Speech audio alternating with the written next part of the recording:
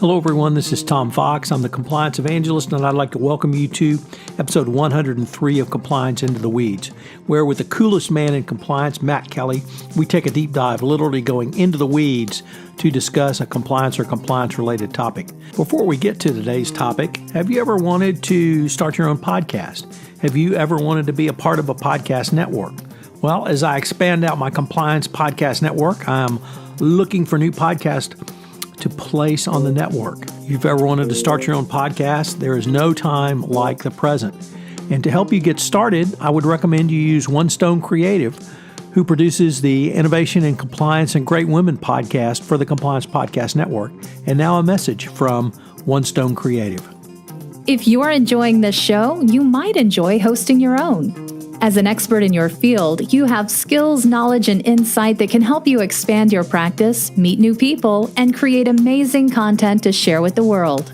In as little as 2 hours a week, you can dramatically change how you promote, fill, and position your business. And One Stone Creative can show you how. Learn more at onestonecreative.net. Today, Matt and I have a ton of fun as we introduce two new characters, Conspiracy Tom and Conspiracy Matt, as we discuss some recent announcements from Securities and Exchange Commission Chairman Jay Clayton and PCAOB Chairman William Duhnke. These announcements relate to Chinese companies and their failure to abide by U.S. audit standards. The Securities and Exchange Commission will be looking at it from the securities perspective, particularly from the reverse merger where Chinese companies will buy into an existing U.S. company and then fail to meet the U.S. requirements, the PCAOB, and the lack of auditor transparency from China. The conspiracy part, all of this just happened the same week of the arrest of Juliet Ming, the chief financial officer of Huawei, and the deepening trade war between China and the U.S. Do you think it's a conspiracy, or do you think it's just coincidence? We take a look at both angles. All I can say is Conspiracy Tom and Conspiracy Matt had great fun in this podcast. Compliance Into the Weeds is a part of the Compliance Podcast Network. Hello, everyone. This is Tom Fox, back for another episode of Compliance Into the Weeds, where, with my good friend and colleague Matt Kelly, founder and editor of Radical Compliance, we take a deep dive, literally going into the weeds of a compliance or compliance-related issue. We try to stay topical in this podcast, but this is going to be as close to breaking news as we get. And spoiler alert, you're going to get the best of Conspiracy Matt and Conspiracy Tom in this podcast. So, Matt, first of all, welcome and thanks for taking the time to visit with us today. Always happy to be here, Tom. So, Matt, why don't you tell us where you're at, what you're listening to, and we can use that as the lead into your blog post today, because I can't wait to get into this topic.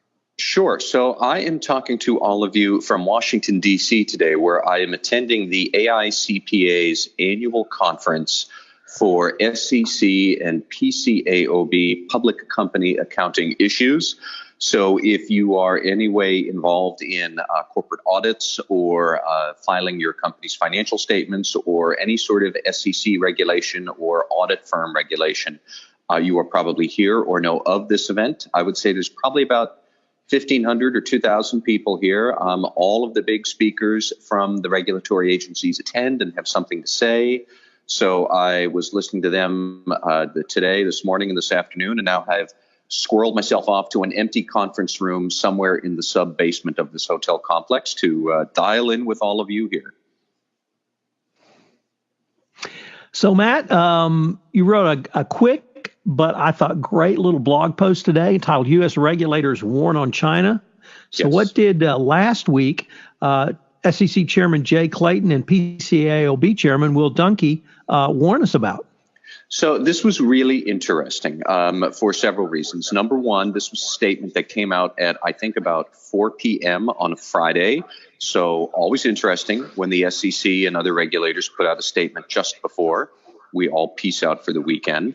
It came from SEC Chairman Jay Clayton, PCAOB Chairman William Duhnke, and SEC Chief Accountant Wes Bricker. They published this statement, all three of them together, warning about really expressing their frustration at their inability to get cooperation from their regulatory counterparts in China, leaving U.S. regulators unable to successfully assess and govern the risks around Chinese companies that trade on U.S. exchanges that have entered the U.S. markets not because they filed an IPO in the traditional way, but probably about 10 to 8 years ago, there was a wave of Chinese companies that merged with U.S. shell companies, and that let them slip onto U.S. markets. So they trade on U.S. exchanges. However, the United States has no real cooperative agreement with the securities and audit regulators in China to be able to inspect the work of audit firms in China that are auditing, allegedly, these companies that are in China, doing business in China, but they are selling shares and trading on U.S. markets. There's not a lot of these companies. There's several hundred of them. So that's not chump change. It's not negligible, but there's not a gigantic number of companies that fit this profile. But for years, the SEC has been unhappy with its inability to assess the audit work and the reliability of the financial reporting of these Chinese companies. And then for some mysterious reason, on Friday afternoon, the SEC and PCAOB put out this joint statement again that really kind of, not only did it call out that this is still an ongoing issue, but almost said that, we're going to have to take retaliatory action if something doesn't change.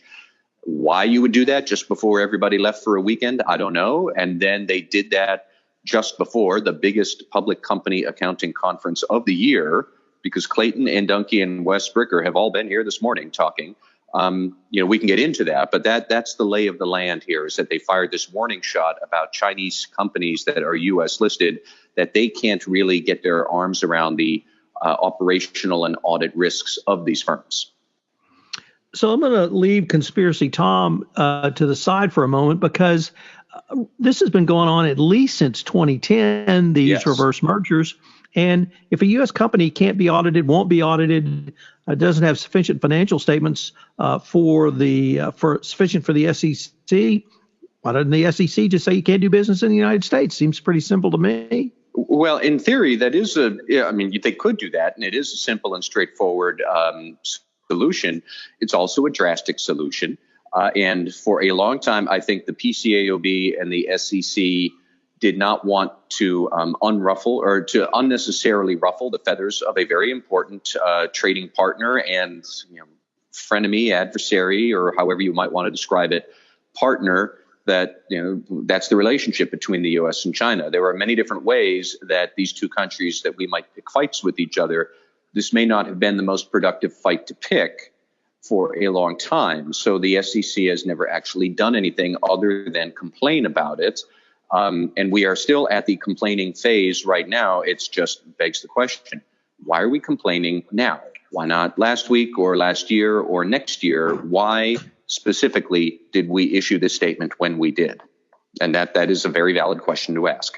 Well, then let's have Conspiracy Tom throw out a few facts. Number one, we were about to lay on $250 billion worth of tariffs on China. Number two, a week ago, the daughter of the founder of Huawei was arrested in Canada based upon an indictment and warrant from U.S. officials. She's now being held pending bail hearing and potential extradition hearing to the United States. She's the chief financial officer, apparently charged with fraud in export controls. And now we have this announcement. So are you suggesting they're not related, Matt? Well, there are multiple cynical interpretations we could put forward here. I'll put aside the conspiracy one for a moment and dispose of cynical theory number one, is that there may legitimately be something coming in these several hundred Chinese firms that the SEC has an inkling that there's going to be some sort of Enron-esque type of meltdown one of these firms has that affects U.S. markets, or even just the other Chinese companies listed on U.S. exchanges. Like, there may be something coming there with a big fraud, and the SEC simply wants to get ahead of the scandal to say to the public, we've been talking about this. We've been talking about it all the time. We talked about it on December 7th. Don't be surprised. This just happened. That's one cynical interpretation. And it should be noted, and here's how fresh this news is that just today, this afternoon, the SEC did file an enforcement sanction against one of these companies. It is called Agria. It is an agribusiness firm. It is mostly doing business in China, even though it's listed on the United States. And its CEO had been committing some sort of accounting fraud. This only was announced within the last hour. I have not read all of the details of it, but yet again, that company, while trading on U.S. exchanges, had a subsidiary of KPMG as its auditor for years, but that subsidiary was in China. So the PCAOB could not see, is that a serious audit you're doing or not? And the SEC couldn't know, are these serious financial statements or is this balance sheet legit or not? And then apparently not, because now there's this fraud enforcement action that's just happened. This doesn't seem to be a big fraud. I don't think this is going to cause any broader effects. But if you did want to just say, give credit where it may be due, maybe the SEC is just trying to raise a warning. Maybe there's going to be more of this in the future as the Chinese economy continues to slow a bit. And we have no idea about the strength of the balance sheets of these companies because we can't confirm that what they put on their statements is accurate. So that's conspiracy theory or cynical interpretation number one. Cynical interpretation number two, getting back to conspiracy Tom, and I have to say conspiracy Matt is probably with you on this one, is that this is part of a larger effort by the Trump administration to pressure China over its trade negotiations. We do have that arrest of the Huawei founder's daughter. She is actually the CFO of the company. Her name is Meng Wanzhou, and she is due for a bail hearing in Canada where she was arrested this afternoon. I personally think that is probably the most provocative act that we have taken against China in quite some time. This is a high-profile company. She is a high-profile business executive there. And if there are going to be photos of her in handcuffs in a Vancouver court, or if she's going to have an ankle monitor and those photos wind up on Chinese media, the Chinese public will be incensed over that. Incensed. They will be livid.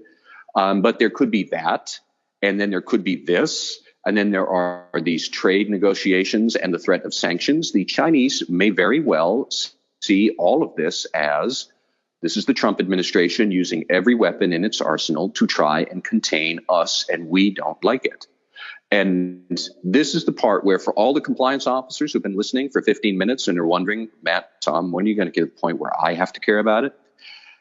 If China believes that the U.S. is using all of its resources, including the ability to hassle Chinese businesses to force trade policy against China, China would very naturally think, therefore, it is okay for us here in Beijing to use all of the resources at our disposal to hassle U.S. businesses doing business here in China.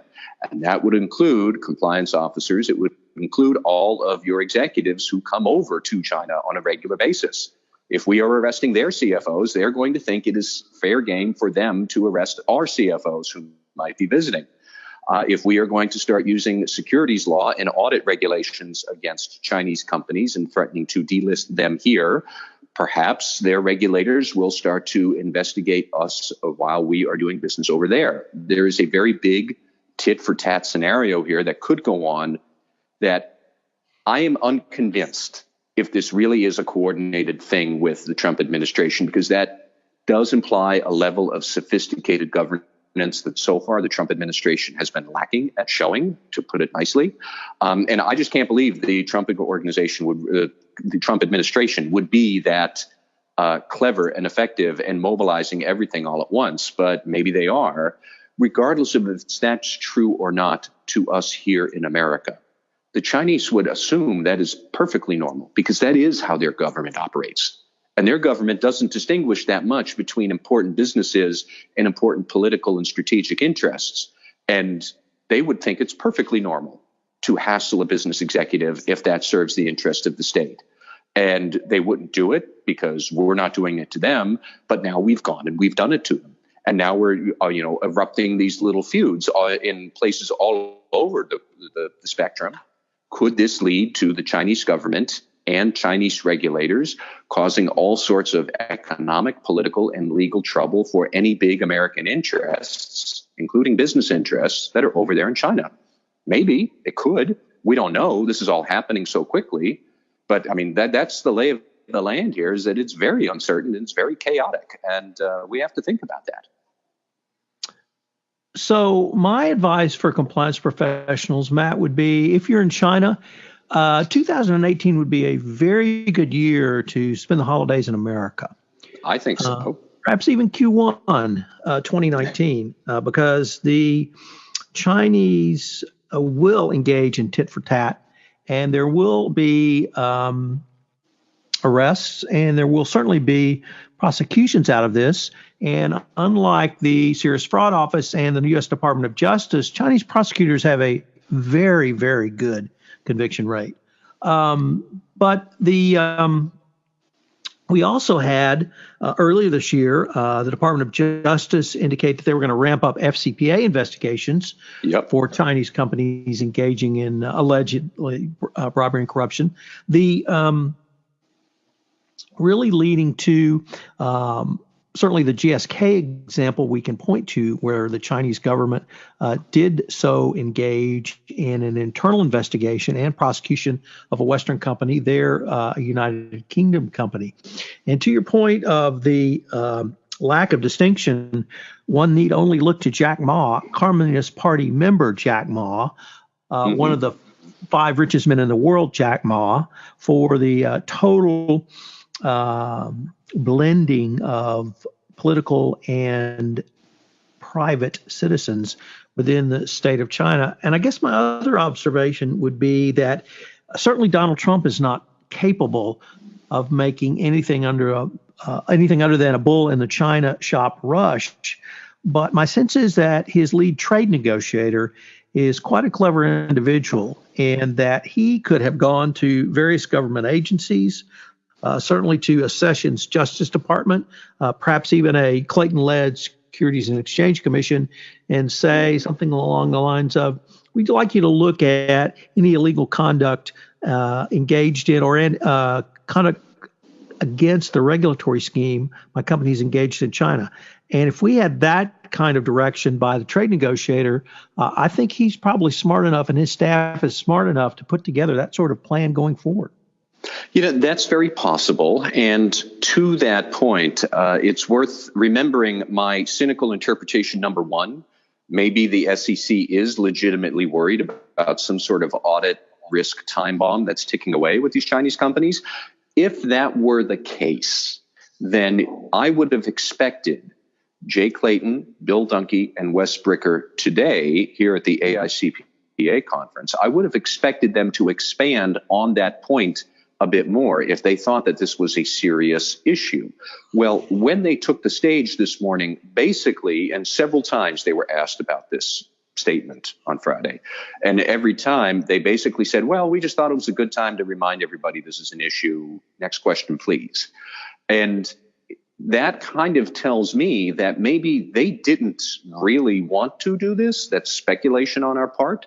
But if somebody told them, do me a solid, put this statement out, and then just kind of poo-poo it at the AICPA conference, but we need this, go do it. And then they did it. Like the facts line up with that interpretation of what may be moving here. And,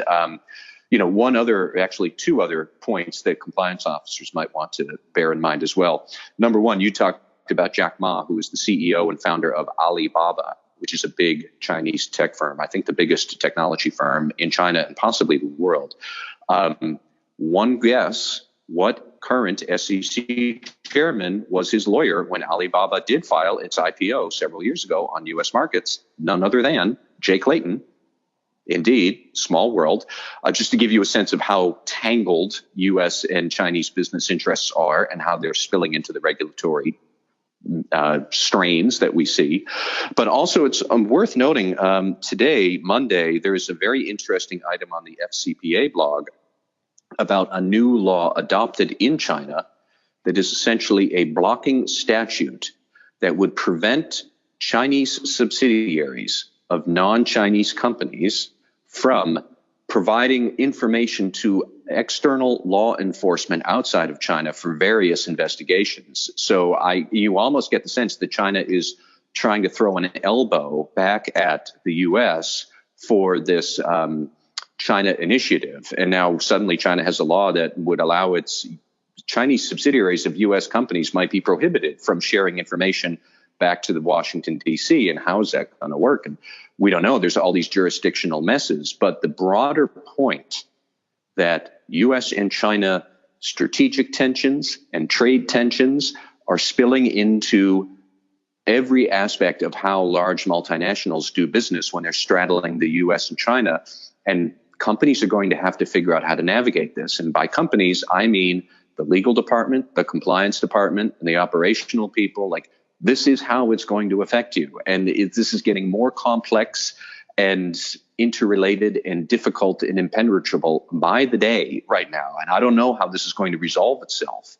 But suddenly I'm starting to think that navigating this thicket of U.S.-China tensions, this is going to become a really big deal for global companies in 2019. And I know it has not been easy already, but I think that this is just a foretaste of things to come. And it doesn't look like it's going to taste very good. So let me drop Conspiracy Tom for a moment and maybe circle back to where you started, which was reverse mergers on Chinese shell companies. I have thought that was just an abomination when I first read about it, I think in 2010. And I frankly believe that U.S. regulators should be taking a look at those more closely, because if a U.S. investor cannot make a determination that a corporation is owned by a Chinese group or a Chinese shell company, even though it's listed under the United States and a U.S. stock exchange or other listing, I think that does negatively impact U.S. investors. And I do see that directly within the remit and purview of the Securities and Exchange Commission to look into. And if it turns out they can't get accurate financial statements to be reported on a 10Q or a K, then that is something that I would certainly hope that the Securities and Exchange Commission would take not only a very dim view of, but perhaps institute enforcement actions to stop that behavior inside the United States. You know, that's a perfectly valid position to take, and I would agree with you. I think that just the timing of it to do that now is delicate, to say the least, because that will be seen by Beijing as yet another provocative act in a string of provocative acts. It is not the most provocative. I think arresting the Huawei CFO probably is, but they're all happening all at once. And given the president's very inflammatory and aggressive rhetoric against China, there's a school of thought that the Chinese don't pay much more attention to Donald Trump's rhetoric anymore because you can't really count on it for anything. It changes so often. But these are specific actions that could be taken, and the Chinese will figure out how to respond to those. We might fairly criticize the PCAOB and the SEC during the Obama administration. Why did you not try to take a more aggressive stance then, when it might have been acceptable? Or it might have been a provocative act without the flurry of other provocations that are happening. But for whatever reason, we didn't take it then. We're taking it now. And it's just one more jab at China amidst many jabs. And you have to respect the fact that China is a formidable adversary. And if it decides to jab back, businesses are probably going to feel that blow. And that is not going to be an easy blow to take. So you're not wrong to say all of that. It's just at a practical level, other parties, other constituencies are going to feel the consequences of the SEC taking an action like that now. And we'll have to see. Then again, putting on my cynical hat in yet another direction, if the SEC is just going through the motions to please the aggressive and zealous trade negotiators in the U.S., maybe they put out the statement and maybe they're not going to do a dang thing about it after putting out the statement. It's hard to say, but this is something that companies will have to bear watching very carefully, because this could become a big deal very quickly. Well, actually, I think it already is a thing, Matt. And I think that's true. Right, that the arrest of Julie Ming using her westernized, anglicized name, the CFO at Huawei, was probably the most provocative act that could have been engaged in. And if she is seen in a orange jumpsuit, handcuffed, I think you're absolutely right that the Chinese populace will take a very dim view of it. And, it's beginning to look a lot like Christmas in America. I think it looks like a really good year to holiday in America over the holidays. It's worth remembering that when they arrested Miss Meng, they arrested her pretty much at the same time that Donald Trump was having dinner with Chinese President Xi Jinping, and Donald Trump did not know that arrest was happening. The President of the United States did not know that they were going to take possibly the most provocative act they could against China while he is meeting with the head of the Chinese government. So again, I can't tell you if this is all part of some grand scheme or if the left hand doesn't know what the right hand is doing. Either one is very plausible in this administration, but that's where we are, folks. So in this, let me end then with Conspiracy Tom. Sure. She was indicted by grand jury last summer, and that indictment was held. And somehow the U.S. government was made aware of her travel schedule because she was transshipping through changing planes in Canada only to fly somewhere else. So whether she was flagged when she went through Canadian customs, although typically you do not go through customs if you're getting on another plane, which leads me to believe that they had foreknowledge of her travel plans through China and through Canada and alerted the Canadian authorities to have her arrested. But I guess we can bear watching this one. And Matt, if something else breaks, perhaps we can have addendum to this podcast. All right, Tom, take care. Thank you, Matt. This is Tom Fox. Thank you again for listening to this episode of Compliance Into the Weeds.